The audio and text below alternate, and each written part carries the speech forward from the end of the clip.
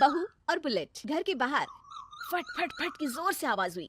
सीमा को लगा कि पटाखे फूट रहे हैं। वो डर के मारे घर से बाहर निकली। देखा तो सामने योगेश यानी कि पतिदेव एक बुलेट बाइक पर बैठे हैं। अरे डर गई क्या? बाइक लेकर आया हूँ तुम्हें घुमाने के लिए। सच में? मुझे लगा पटाखे फूट रहे हैं। अरे पटाखे भी फूटेंगे और मिठाई भी बटेगी। माँ को तो बुलाओ। माँ भी बाहर आ जाती है। अरे योगेश बेटा, इतनी जल्दी आ गया? और ये गाड़ी किसकी है? साहब की है? हाँ माँ, तुम्हारा बेटा साहब से कम है क्या? मेरी है। अरे बेटा, इतनी बड़ी गाड़ी ले ली, इससे तो तू घोड़ा ही ले लेता। महंगी पड़ी होगी ना? माँ महंगी सस्ती छोड़ो और मिठाई लाया हूँ, गांव में बंटवा दो। अरे बंटवा क्यों दो? पीछे बैठो, गांव में बांट कर आते हैं। सब खुश थे। योगेश गांव के बाहर एक कोयले की खादान में मजदूरी करता था। मेहनत और अकल से उसने वहां ठेकेदारी का काम सीख लिया और सूझबूझ से ठीक ठाक पैसा बनाने लगा। गांव में बात फैल गई कि योगेश के घर धमाका गाड़ी आई है। ऐसी गाड़ी पहले कभी किसी ने गांव में तो देखी नहीं थी। योगेश और माँ गाड़ी से वापस घर आ जाते हैं। बेटा, बाबूजी ऊपर से देख रहे होंगे और आशीर्वाद भी दे रहे होंगे तुझे। वो होते तो उनको भी घुमाता माँ। पूरे गांव में नाच नाच के मिठाई बांटने जाते। जैसे मैंने नाच नाच के बांटी थी जब वो अपने लिए एक साइकिल लेकर आए थे। बस बस, बाबूजी दो बात भी सुनाते कि फटफट वाली फटफटी ले आया। सीमा आगे कहती है, अपने लिए तो ये गाड़ी ले आए और मेरे लिए? अरे ये गाड़ी तुम्हारे लिए ही तो है। पक्का मेरे लिए है?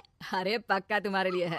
अगली सुबह जब योगेश सो रहा होता है तो उसे बाहर से गाड़ी की आवाज आती है। वो घबरा कर चिल्लाता है, चोर चोर, मेरी गाड़ी ले जा रहा है, चोर चोर। माँ भी जागती है और योगेश के साथ दरवाजे की तरफ भागती है। जैसे ही दोनों बाहर निकलते हैं तो देखते हैं कि सीमा गाड़ी चला रही है। अरे बहू, नाक कटवाओगी क्या? ये क्या कर रही हो? अरे गिर जाओगी, ये क्या कर रही हो तुम? सीमा गाड़ी को रोक कर कहती है, सारे गांव में घुमा लाई, कहीं नहीं गिरी। क्या? सारे गांव में घुमा लाई? अरे लोग क्या कहेंगे बहू, सोचा क्या एक बार? यही कहेंगे कि कितनी अच्छी गाड़ी है। अरे तुम्हारे बारे में। हाँ, कहेंगे ना कि देखो कितनी अच्छी गाड़ी पर बैठी है। बहू गाड़ी रखकर योगेश और सासू माँ के पास जाती है। तुमने कब गाड़ी चलाना सीखा? हमारे बाबूजी के पास पुरानी स्कूटर थी, सीख ली। फिर स्कूल में एक मास्टर जी भी ऐसी ही गाड़ी लेकर आते थे, उन्होंने सिखा दी। हाँ हाँ, स्कूल के मास्टर आजकल यही सब तो सिखा रहे हैं। पढ़ाई का कुछ सिखाते तो कुछ भला होता। अरे बहू, अब गाड़ी मत चलाना। हमारे परिवार में कभी किसी औरत ने पीछे से आगे की सीट पे आने की हिम्मत नहीं की है। तुम भी मत करना, समझी? जी समझ गई माँ जी। सीमा सास की बात सुनकर चुपचाप रसोई में जाकर उदास होकर खाना पकाने लगी है। सास सुबह सुबह मंदिर से पूजा करके लौट रही होती है। तभी उसे दो औरतें रोक लेती हैं और कहती हैं, अरे बहू को थोड़े अच्छे लक्षण भी सिखा दो। गाड़ी चलाने निकली थी, गांव की मर्यादा का कोई ख्याल नहीं है। वही तो। अरे पैसे आने लगे हैं तो क्या मतलब कि किसी रीति रिवाज को नहीं मानोगे? अरे समाज में रहना है तो समाज के ढंग से ही रहना पड़ता है। अरे लाज भी नहीं आई बहू को? चूल्हे चौके से निकलकर सीधे गाड़ी लेकर चौराहे चबूतरे नाप लिए, फाट फाट फाट करते हुए। अरे कुछ कह देना उसे। अरे ये क्या कहेगी, बूढ़ी सास है, इनकी थोड़ी ना चलती होगी घर में। हाँ, बहू की ही चलती होगी, मर्जी भी और गाड़ी भी।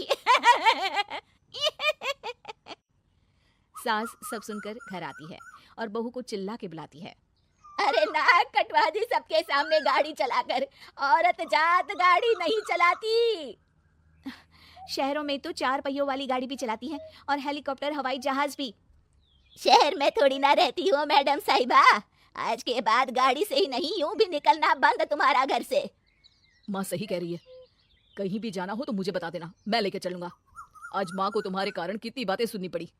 इतना कहते हुए योगेश वहां से चला जाता है। बारिश की वजह से कारखाने के रोड पर कीचड़ रहता है, इसीलिए योगेश गाड़ी घर रखकर जाता है और किसी से लिफ्ट लेकर कारखाने पहुंचता है ताकि नई गाड़ी गंदी ना हो। लेकिन शाम को इतनी तेज बारिश होती है कि उसे वापस आने का कोई साधन ही नहीं मिलता।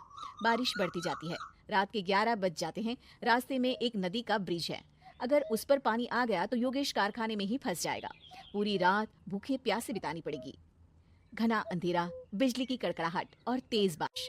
राजेश डर भी रहा था, ठंड से कांप भी रहा था। तभी उसे रोड से आती हुई एक रोशनी दिखती है। वो देखता है कि उसके सामने एक बाइक आकर खड़ी हुई है। वो ऊपर वाले को धन्यवाद देकर उस बाइक वाले आदमी की तरफ बढ़ता है, पर पास जाकर देखता है तो भौचक्का रह जाता है। सीमा, तुम यहाँ इतनी बारिश में गाड़ी पर? पहले बैठो तो, नदी ब्रिज पे आ जाएगी तो जाना मुश्किल हो जाएगा। योगेश गाड़ी के पीछे बैठता है। सीमा गाड़ी चला रही है। मैंने तो तुमको पहचाना ही नहीं। गाड़ी की आवाज तो पहचानी होगी ना। अरे पर मुझे नहीं पता था कि तुम आओगी। अच्छा किया कि तुम आ गई। माँ नहीं आने दे रही थी, पर हमेशा पति पत्नी की रक्षा थोड़ी ना करेगा, पत्नी को भी तो करनी चाहिए। योगेश को सुबह अपने किए पर पछतावा होता है।